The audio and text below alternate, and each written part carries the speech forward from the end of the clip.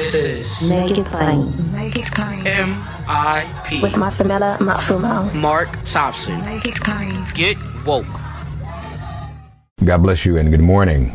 Student loan debt.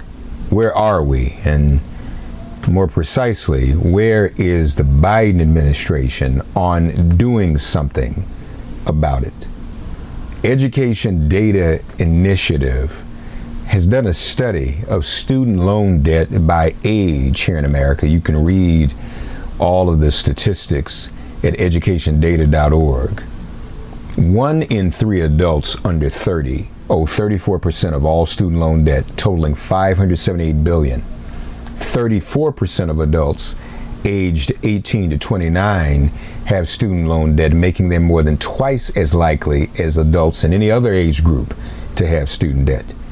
Student borrowers aged 30 to 44 years owe 49% of the national student loan debt balance, or $823 billion.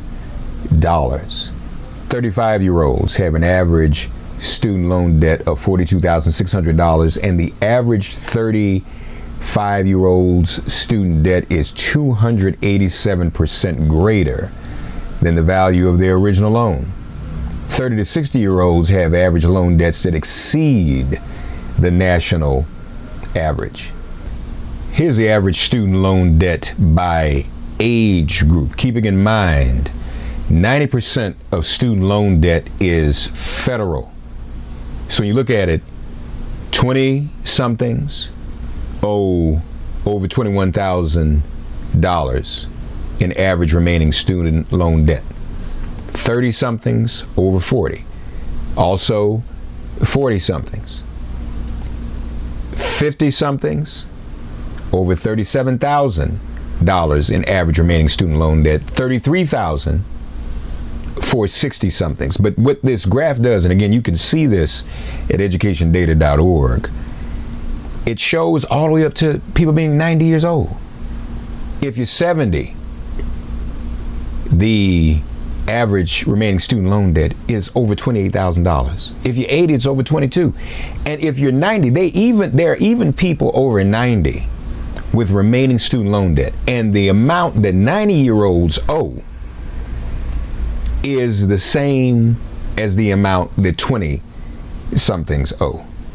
How do you build a middle class that way if there's still this debt? Debt among 25 to 34-year-olds has increased 6.1% since 2017. It's increased 17.9% if you're 35 to 49 years old. And again, this is because of all this interest. It's increased 25.6% for 50 to 61-year-olds. And for people 62 and older, federal debt among borrowers has increased 25%. And again, go to educationdata.org because you can also see the numbers specifically for your state. Intelligent.com took a poll, took a survey, and it showed how people felt when Biden took office in relationship to the loans that they took out. All right? They surveyed 1,000 borrowers.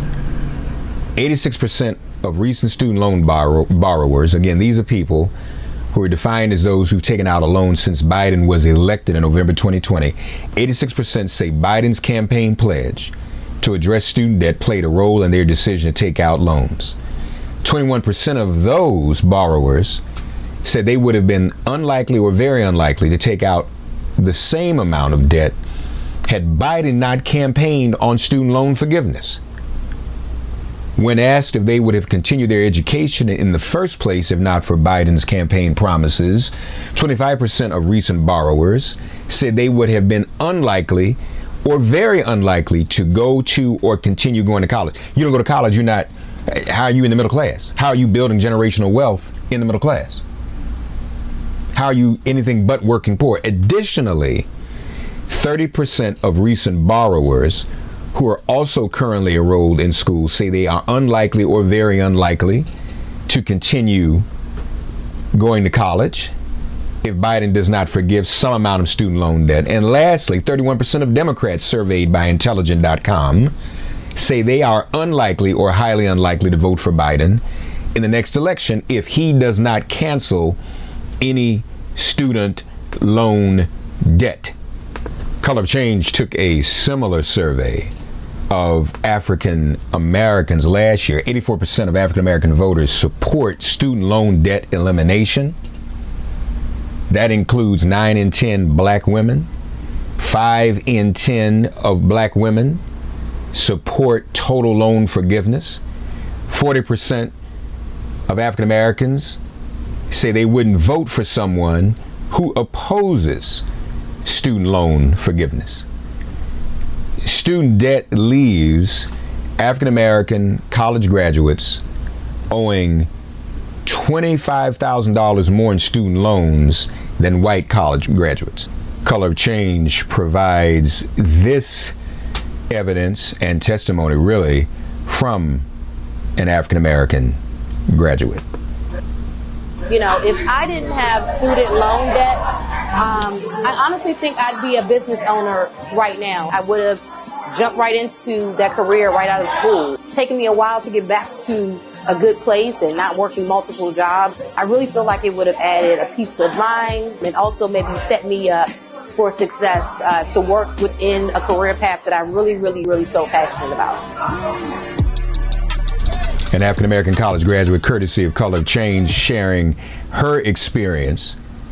And again, this is not building. This not being addressed is not building generational wealth for a community that it's been denied. It's not even continuing generational wealth for white middle class it was originally intended for.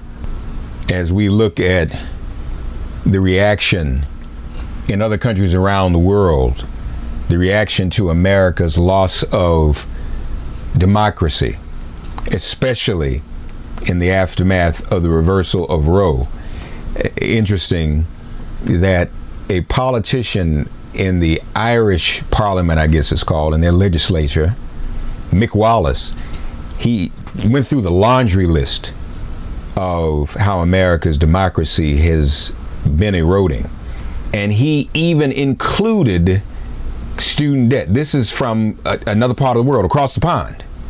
Even they acknowledge there that the student debt that we're having to endure in this country is part of the loss of democracy. Mick Wallace. A woman's right to choose is a human right. Why are we so quiet about challenging the US when they threaten human rights? Some people have said in here, oh, we can't be, how dare we talk about the US? Well, we talk about everybody else. Is the US a functioning democracy? Well, let's have a look at it. It costs $2 billion to become president. They have 25% of the total prisoners in the world. They spend over $800 billion a year on arms, which is more than most of the world put together. They've been at war for 250 years since their state was formed 275 years ago. But they can't afford universal health care. They can't afford the 1.7 trillion debt forgiveness for students. They can't afford a programme for the 17 million children that go to bed hungry. Is this a functioning democracy? What's your idea of a democracy? Bernie Sanders wasn't even allowed to win the nomination for the Democrats. The Americans couldn't spell democracy. The issue of student debt right up there along with everything else. Obviously, our enemies are opposed to student debt relief. Been a lot of noise about canceling student debt. That's been going on for quite a few months, but it seems to have taken on a new life here within the last week, 10 days. That whole talk is worse than closing the barn door after the horse has escaped. It's like buying a new horse but leaving the barn door open. If all student debt was gone tomorrow, we would be right back where we started when this whole new crop of students graduate. Chuck Grassley, obviously, and of course, we do even worse, I guess, to hear from Mitch McConnell. I'd like to see one single Democrat visiting the working people of Kentucky and defend this proposal with a straight face. Democrats' policies already have working Americans facing the worst inflation in more than 40 years, as well as the risk of a recession. But instead of trying to help middle-class families, Democrats are cooking up massive bailouts for Ivy League graduates. You could hardly dream up something more unfair. The ridiculous things that Mitch McConnell is alleging is that student loan debt relief would only benefit Ivy League students. That is absolutely false. Lee Saunders of the American Federation of State, County, and Municipal Employees, AFSCME, the union for which Dr. King gave his life in Memphis, a union of working class people, addresses that myth. So let's push back on this myth that student debt relief will only help Ivy League elites. As Chuck Schumer said, that's bullshit. It really is. That's just a pundit narrative that doesn't hold up to any scrutiny at all. The truth is that the folks carrying these debts are overwhelmingly working class. About half of them attend public colleges and universities. More likely than not, they have zero household wealth. These are the folks trying to desperately get ahead and build a better life for their families and for their children. And they're being punished. Right now, they're being punished by a rigged system. This time has come to make this a priority. This has got to be a priority. The labor movement is treating this as a priority. It's the right thing to do for working people. Ask me, President Lee Saunders. Business Insider published a story recently that suggests that the advisors in the White House, who apparently also advised Biden to not be in favor of filibuster reform when we were fighting for voting rights, who advised Biden to be mum for as long as possible on Roe's reversal, who advised Biden to be also mum on Brittany Griner for as long as possible, are advising Biden now that canceling student debt will drive inflation even higher. Big mistake. Meanwhile, there are some things that the Biden administration has done in a positive sense. Again, this pause for student loan repayment will end next month, at the end of next month, at the end of August. Will they extend it? But other things the administration has done. The Department of Education made some Corinthian students eligible for debt relief, but only those who applied until today. Thank you. So I am proud to announce, together with the leaders on this stage, that the Department of Education will cancel all remaining federal student loans for former Corinthian students. Vice President Kamala Harris on the Corinthian loan forgiveness. That's a good thing. And there are also conversations around doing something about student debt when it comes to the physically and mentally disabled and for public service employees. As that was just being thought about, had an opportunity recently to speak with Education Secretary Miguel Cardona. After the holidays, a little cash goes a long way. The Chime checking account has tons of benefits to help, like fee-free overdraft up to $200 for eligible members, no monthly fees, and thousands of fee-free ATMs. You can even get paid up to 2 days early with direct deposit. Sign up for Chime today at chime.com/goals24. Banking services and debit card provided by the Bancorp Bank N.A. or Stride Bank N.A. members FDIC. Spot me eligibility requirements and overdraft limits apply. Out-of-network ATM withdrawal fees may apply. Access to direct deposits up to 2 days early depends on the timing of the submission of the payment file from the payer. Joining us once again, ladies and gentlemen, the esteemed Secretary of Education, Secretary Miguel Cardona, joins us on Make It Plain. How are you, sir? Great to be with you again. Nice to see you. it's good to see you as well. Of course, everyone is curious, what is the most up-to-date status on canceling student debt, Mr. Secretary? Well, since day one, the president was very clear. We need to put students first. We need to make sure we're taking care of our students and making college more accessible, more affordable. We're doing a lot of work, Rev, not only to provide loan forgiveness, but to fix a broken system. And I think that's really important that 5 years from now, we're not in the same position. In 1 year, we've been able to provide over $26 billion in loan forgiveness. That's unheard of. That's more than any other administration combined. But we're not done. Obviously, there's a lot of questions about broad-based loan forgiveness, and we're continuing our conversations with the White House on that. But I want to tell you, we haven't been resting for that. We've been working really hard. Borrower defense, we've been really making sure that those who have been taken advantage of by their colleges also get the relief that they deserve.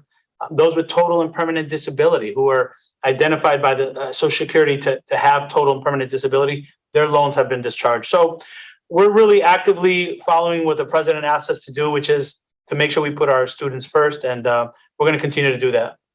As a matter of fact, I believe just in the past few days, $6 billion of student loans canceled for about almost a $250,000 borrowers, correct? You did do that. Yeah, $8.1 billion. Okay. Any opportunity we have to provide loan relief for those who are eligible for it, we're going to do it. Look, 98% of those who applied for public service loan forgiveness, these are people that have given over 10 years of their lives serving the public. A lot of these jobs, they don't go in it for the money. They go in it because they want to help their community. 10 years of public service, 10 years of loan payment, they should have their loans forgiven. Well, 98% of the people were denied. That was before President Biden took office. That was before we came here to the Department of Education. We're really proud of the work we're doing, but we're not done. This is just 1 year. We're going to keep going because it does matter for the American people. Now, the fact of the matter is, though, aren't we coming up on a deadline next month in August? People have kind of been, I guess, in forbearance may not be the absolutely correct word, but can we possibly meet that deadline and get something even more significant? Obviously, everything you've done has been significant, but get something even more significant now. No, I appreciate the question. You're referring to the loan payment pause that has been in effect since before even this administration. The president right away extended that. And we recently extended it based on what we know the American people are dealing with. So we know that in order to restart our loan payments, we have to communicate openly and very early with our borrowers, and we intend to do that. We're also fixing our federal student aid offices that needed an overhaul in some protocols and some processes to make sure we're more user-friendly, and we're doing that. With regard to the loan forgiveness before that, whether or not there's information about that coming from the president before that, I'm not sure, we're not there yet. But what I will tell you is that we are taking into account the challenges that a lot of our borrowers are having. They're sending their kids back to childcare centers, which cost money. We know that they're paying their mortgages now, and we want to make sure we're responsive to the American people and what their needs are. And we are going to give them enough ample time to get on, right? We want to create an on-ramp for them to be successful. And so earlier when you spoke about negotiations and trying to work through that, that's what you're talking about, right? Trying to figure that out in consultation with the White House, correct? Absolutely. And what else we're trying to figure out is how to make sure that when people do get back to loan repayment, they're not being asked to pay more than they can afford. That's part of the problem, right? I talked to teachers who said, I can't afford $900 a month in loan repayment. So we want to make sure we're doing it responsive to what their needs are and what they can afford. And that's what we're doing when we talk about fixing a broken system. And yes, we're working very closely with the White House, who also understands the importance of this moving forward. All right. Your tone sounds optimistic to me. I'd like to hear it that way. Look, we're the worst part of the pandemic, I'd like to think, is behind us because of the swift action of this administration. A year and a half ago, if you thought about your news feeds on your social media, you were reading about who's sick or who's in the hospital, who may not make it. We are at a point now where we're talking about $26 billion in loan forgiveness. We're fixing systems that have been broken for decades. The president's proposals have serious money toward education. We have more money in education now than ever before. I've been in this business for over 20 years. So I do see better days are ahead of us. And I'm confident that as we continue to focus on providing mental health supports for our students, as we continue to fight for all students, including our students who have been marginalized in so many different states with poor legislation, we're going to come out ahead and our students are going to come out ahead. Yeah. And obviously, folks, we know the mental health concerns to which the Secretary refers has a lot to do with the rise in gun violence that our students are facing, and the unquestionable anxiety when school reopens in August. So thank you for that and for your devotion and for your concern. I know you're working hard. The Secretary of Education, Miguel Cardona, joins us once again, folks, on Make It Plain. Thank you, Mr. Secretary. Thank you, Reverend. Good to see you again. Thanks for getting woke and listening to Make It Plain. As always, perform an act of kindness on behalf of an elder or young person. Write a letter to a sister or brother who just so happens to find her or himself incarcerated. Offer libations to the ancestors upon whose sturdy shoulders we all now stand. And above all, give thanks to the God of your understanding by whatever name you call her and him. All God asks of us is that we give each other love. Thanks for giving MIP love. And please remember to subscribe and give us a 5-star rating. If all hearts and minds are clear, it has been made plain.